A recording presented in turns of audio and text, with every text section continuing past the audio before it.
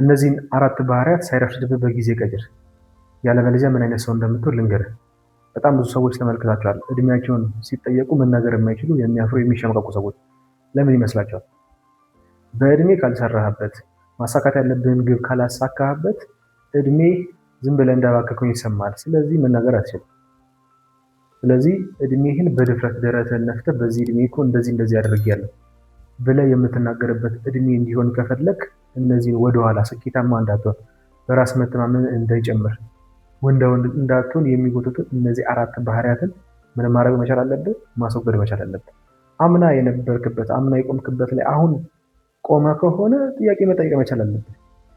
ሁሉ ነገር ይሰለቻል። ህይወትማ ሰልች ነች። በጣም ብዙ ሰዎች ሰልችቷቸው ምናምን ወደ መጥፎ ውሳኔዎች ውስጥ የሚገቡት ባሉበት በመቆማቸው ነው፣ ብዙ ሰዎች። ስለዚህ እነዚህን 4 ባህሪያት እነግርሃለሁ። 4ቱንም ለማከናወን ትሞክራለህ ማለት ነው። ምናልባት 4ቱን በአንዴ ሳይሆን ተራ በተራ እንዲሁም ደግሞ አንተ ላይ የምታያቸው ነገሮች የትኞቹ እንደሆኑ አውቀህ ምን ማድረግ ትችላለህ? ቀስ በቀስ መስራት ትችላለህ ማለት ነው። የመጀመሪያው ወደ መጀመሪያው ከመሄዴ በፊት ሰብስክራይብ ያላደረጋችሁ ቤተሰብ ያልሆናችሁ ካላችሁ ሰብስክራይብ አድርጉ። ከዚህ በኋላም በጣም ጥሩ ሀሳቦችን ስለምናነሳ ሰብስክራይብ ማድረግ፣ ለሌሎች ሼር ማድረግ፣ ላይክ ደግሞ ሀሳብ አስተያየታችሁን በዚህ ላይ በሰራለን እያላችሁ ማስቀመጣችሁን እንዳይረሳ። የመጀመሪያው ነጥብ ማመካኘት እና ሰበብ ማብዛት። ይሄ የመጀመሪያው በጣም በብዙ ሰዎች የሚታይ ችግር ነው። በጣም ብዙ ሰው አማራሪ ነው። ኧረ እኔ እኮ አላማረርም ተመስገን ይልና ከዛ እዚህ ጋር እንትና እንዲህ ኢኮኖሚ ነው እድሌ ነው በቃ የሀገሪቷ ሁኔታ ምናምን እያለ በቃ ሲያማርር ተሰማላችሁ። እንዲህ አይነት ሰዎች የትም አይደርስም። በጣም እርግጠኛ ሆኜ የምነግራችሁ አማራሪ ሰው የትም ደርሶ አያውቅም፣ የትም አይደርስም። ለአንተ ለራስህ ኃላፊነት የምትወስደው ራስህ ነህ። 100% ኃላፊነት ያንተ ነው። ምናልባት እኮ እንዳላችሁት ወይንም ደግሞ ብዙ ሰው እንደሚያስበው የሆኑ ተጽዕኖዎች ሊኖሩት ይችላሉ። ለእናንተ እድገት አለው፣ ምንም ጥያቄ የለውም። ግን ደግሞ እውነተኛ ሰው እውነተኛ ወንድ ማለት እነዛን ተጽዕኖዎች ተቋቁሞ ምን ማለት ነው ሰርቫይቭ ማድረግ፣ ከዛም በኋላ ደግሞ ወደ ላይ መነሳት ማለት ነው። በጣም በቃ የሚያስቀኑኝ በጣም ደስ የሚሉኝ ሰዎች ምን አይነት ሰዎች መስሏቸው? በጣም ትልቅ ችግር በቃ ቢዝነሳቸው ላይ ሊሆን ይችላል፣ የሆነ ነገራቸው ላይ ትልቅ ነገር ሀፕን አድርጎ ተፈጥሮ በቃ አሁን በቃ ጭንቅላቱን ይዞ በቃ ጮኸ አብድ ምናምን ስትሉት እዛው ችግሩ መሀል ቆሞ ስለ መፍትሄ የሚያስብ ሰው። ስለዚህ እድልህ፣ ኢኮኖሚው ምናምን፣ የሀገሪቷ ሁኔታ ምናምን፣ ፖለቲካ ምናምን ትላለህ እኮ ለነሱ መፍትሄ አስቀምጥ ነው። ለነሱ መፍትሄ አስቀምጥና ራስህን ምን በል አውጣ። ኢኮኖሚ ምናምን ከአንተ ውጭ ያሉትን ነገሮች ለአንተ ተጠያቂ አታደርግ። ከአንተ ውጭ ያሉትን ነገር ተጠያቂ ካደረግ በቃ በጣም ሰበብ የሚያበዛ ምናምን አይነት ሰው ሆነ ራስን ታገኘዋለህ ማለት ነው። አመራሪ በቃ የሚያማርር በቃ አንዱን የሚጎጭ ይሆናል። ኃጢአትም ጭምር ነው፣ በደልም ጭምር ይሆናል ማለት ነው ሲያድግ። ስለዚህ ይሄንን ባህሪ ማማረርን፣ ማማካኝነትና ሰበብን በፍጹም ምን ማለት አለብን ማስወገድ መቻል አለብን። በተቻለ አቅም ማስወገደው። ይሄ በጣም የቀሸም ሰው እንትን ነው። ስለዚህ በተቻላቸው አቅም ይሄን አስወግድ።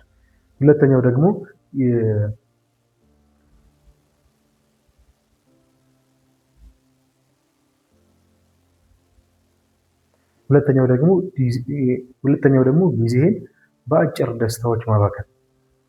ለምሳሌ ስክሮል በማድረግ ሊሆን ይችላል፣ ጌም በመጫወት ሊሆን ይችላል፣ የተለያዩ ሱሶች ውስጥ ያለ ሰው ልትሆን ትችላል።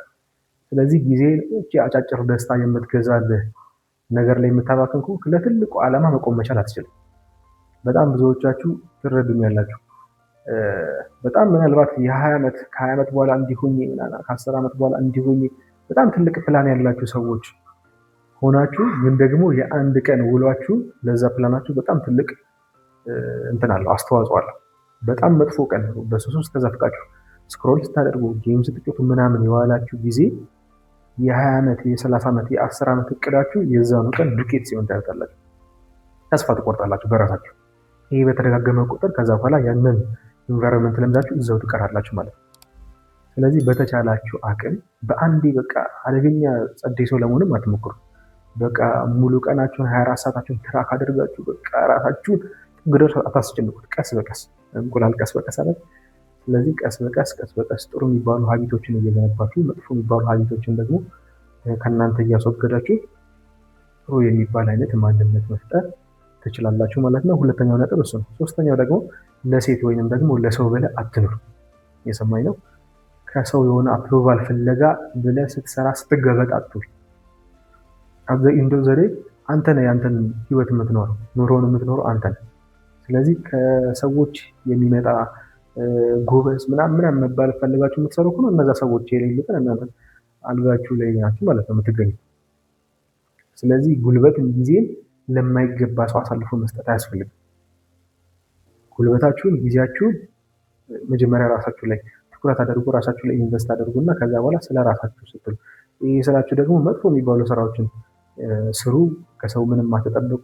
ኔጌቲቭ ምናምን እያልኳችሁ እንትን አይደለም። በሚገባው እግዚአብሔር የሚወደው እናንተ የምትወዱትን ስራ ስሩ። በሰውም ዘንድ በእግዚአብሔር ዘንድ ተቀባይነት ያለ ስራ። ግን ደግሞ ለሰዎች ስትሉ አትኑሩ፣ ለሰዎች ስትሉ አትብሉ፣ አትስሩ ምናምን የአቋም ሰው መሆን መቻል አለባቸው። አይሆንም ይሆናል የምትሉ አይነት ሰዎች መሆን መቻል አለባቸው። ካልሆነ ለሰው ብላችሁ በቃ እሺ ምናምን እያላችሁ እንትን የምትሉ ከሆነ ህይወታችሁ ሁሉ በቃ ምንም ደስተኛ አይደለም፣ ደስተኛ አይሆንም። ከዛ ደግሞ መድረስ የምትፈልጉበት ቦታ አትደርሱ። ምን ስላደረጋችሁ ጊዜያችሁን ጉልበታችሁን ለሌላ ሰው እንዲሆን አደርጋችሁ ስላባከናችሁት ማለት ነው። አራተኛው ደግሞ ኮምፈርተብል ዞንና ስንፍና። ይሄ በተደጋጋሚ የምትሰሙት ነው። በተደጋጋሚ በቃ ሁሉም የሚናገረው ነገር ኮምፈርተብል ከሆንክ የትም አትደርስም። በጣም አጭር ምሳሌ የክፍለ ሀገር ልጆች አዲስ አበባ መጥተው ለምን በአንድ የሚገልጡን ይመስላችኋል? እኛ አዲስ አበባ ተወልደን ምናምን እነሱ ከክፍለ ሀገር መጥተው በአንድ ይገልጡናል። አሁን በአጋጣሚ እንደውም ዛሬ ጠዋት የእንትናን ፖድካስት አይቼው ነበር። ጃኒ አልጨረስኩትም፣ ግን የሆነ ጀምሬው ነገር ነበርና አምለሰት ጋር ያደረገችውን ቃለ መጠይቅ በ14 ዓመቷ ወደ አዲስ አበባ መጣች። አስቡት፣ በ14 ዓመት በ14 ዓመታችሁ እናንተ የት እንዳላችሁ አስቡ።